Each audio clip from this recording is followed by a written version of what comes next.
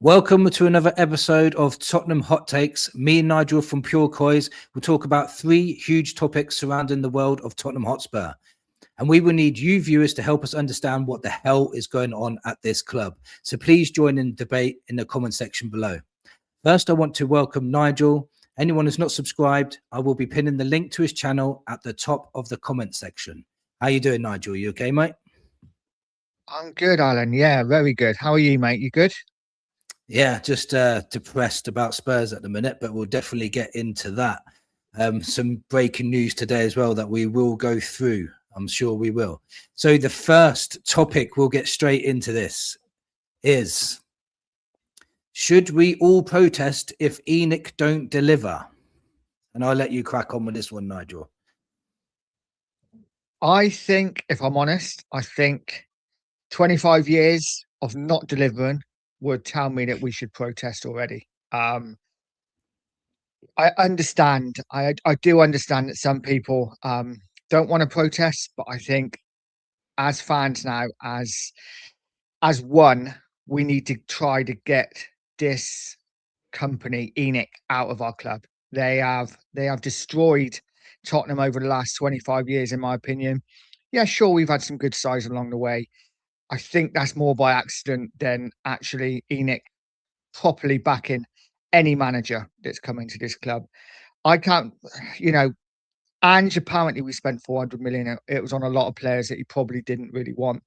I don't think that any manager has been properly backed in the 25 years that ENIC have been in charge.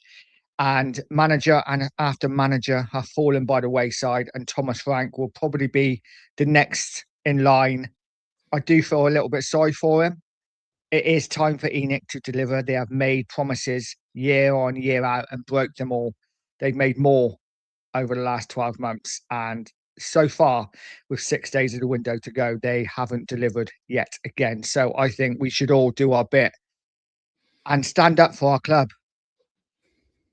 Yeah, 100% agree, mate. I think the issue we always have every year is ENIC will spill the BS. What they'll do is they'll start telling us they're going to inject some money. We're going to concentrate on sport and success. This is their new thing they're saying now.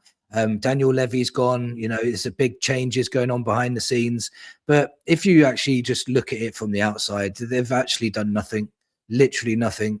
I know there's still a week left in the window, but this is the same story year on, year out. Apart from this, just a new narrative. It's a new lie. It's a new way of telling us that they're going to do something and they don't do it. The managers always get thrown under the bus for it. Levy used to get thrown under the bus. And now we're seeing it wasn't just Levy, it was the people above him that weren't taking accountability for what they're doing.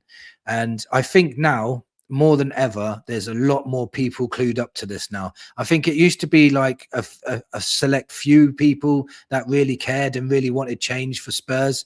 And, and they're probably thinking now, thank God people are starting to listen to us now, because it's the same pattern year on, year out. And for me, I never really got into this whole ENIC thing before I started this channel. And now I'm always thinking and looking and talking about Spurs. You start seeing patterns, and the pattern every single season is they are the problem. And if they don't deliver in this January window, I honestly believe there'll be 10 to 20 times more people protesting than there was ever before. So yeah, for me, yeah, they need to be gone. They're a toxic cancer to our bloody club. They really are.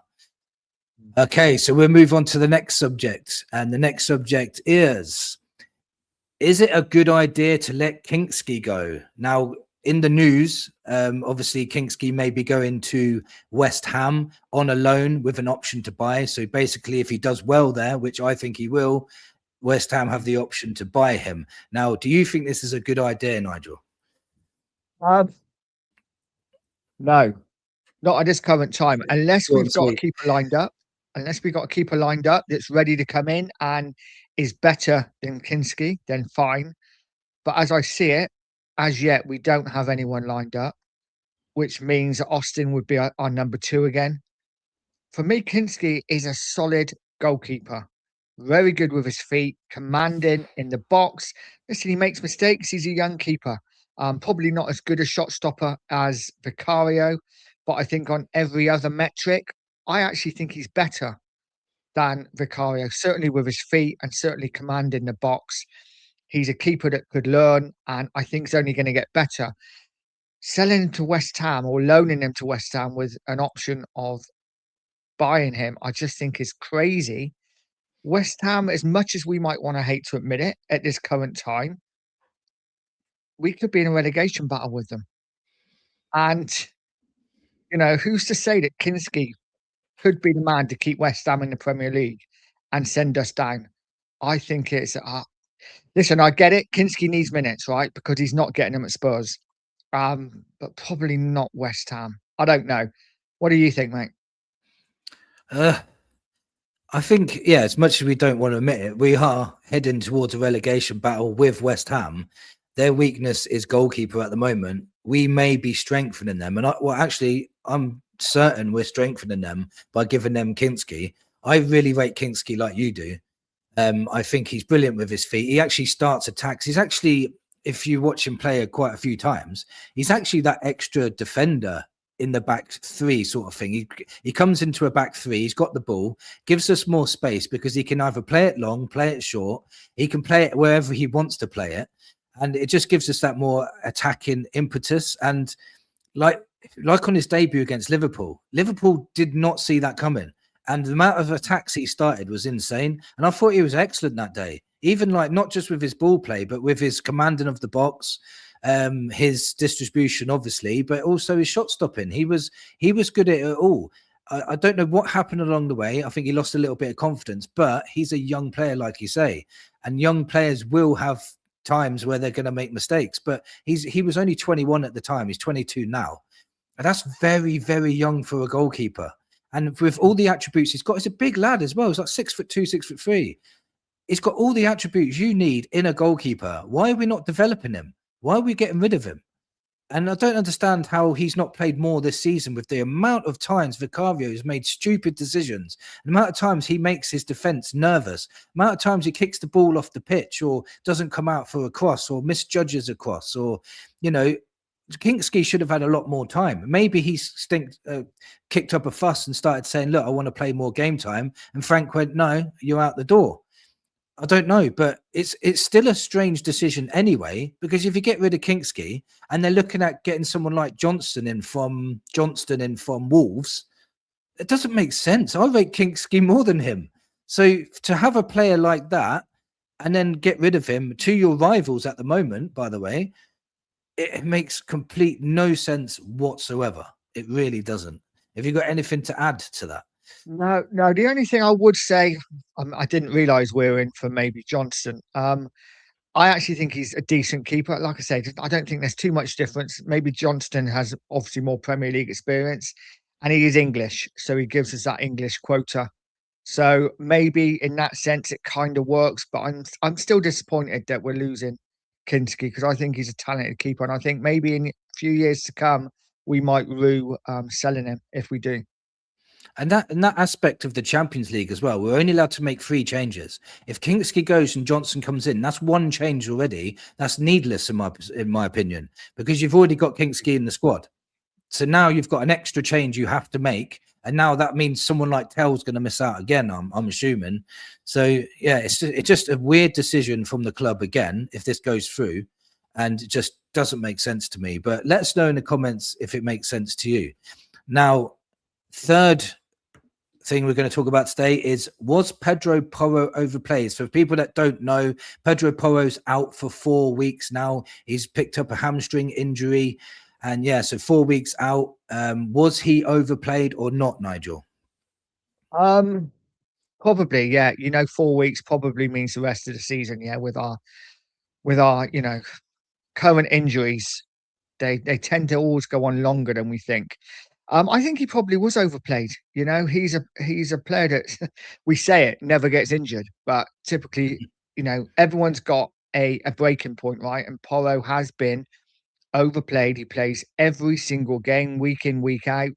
He never gets a rest, and this is what's happened. Finally, you know, he's got his injury, and he's probably out for, we say 4 weeks, could be 6 weeks. Who knows? It could be the rest of the season. We'll see, I guess.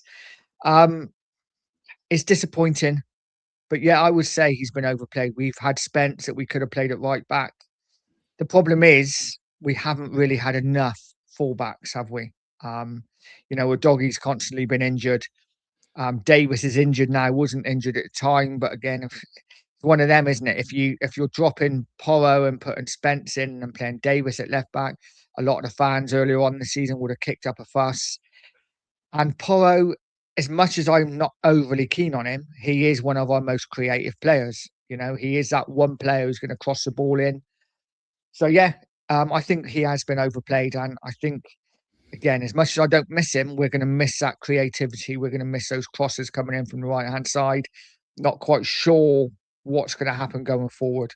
Is Spence going to be crossing that ball in? I don't think so. So it's going to be interesting to see what happens. Yeah, I agree. I agree. He was definitely overplayed because there's sometimes it was unnecessary to put him in the team when we didn't have to.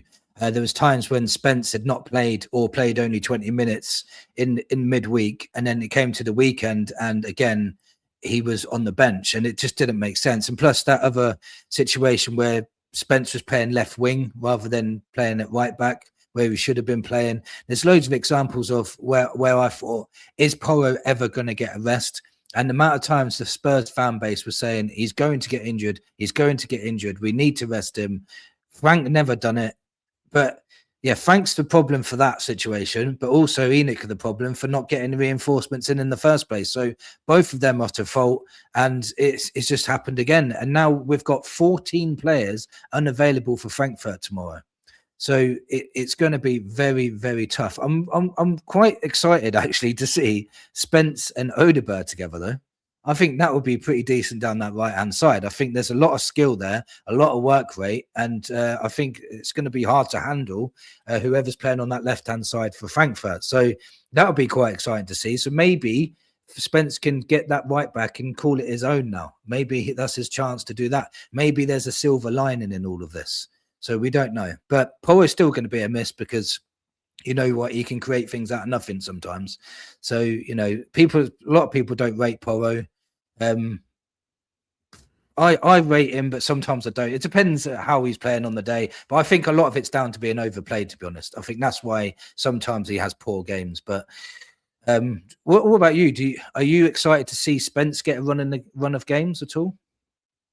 I'm certainly interested to see what we do on that right hand side. It still wouldn't surprise me if we carried on playing Spence on the left and then maybe put a Dragish in right. You know, it's the sort of thing we do, right? Yeah. We have 4 days now. No, we have 6 days of the window to go. By the time this video is out, probably 5.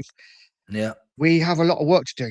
A lot of work to do. Are we going to bring in cover at right back now?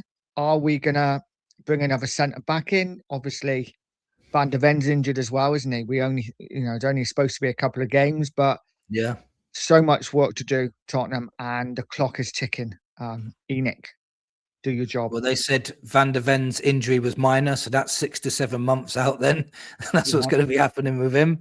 So, yeah, so it's all looking bleak at Spurs at the moment, but a massive game tomorrow against Frankfurt. We really do need to win that so we can have those 2 games off. The worst case scenario, playing those 2 extra games, all that's going to cause is more injuries for this club, and it's not looking good. Please, in the comments below, please join in this debate. Tell us what you think of today's video. Thank you for watching. Don't forget to subscribe to Pure Coys as well. And come on, you Spurs.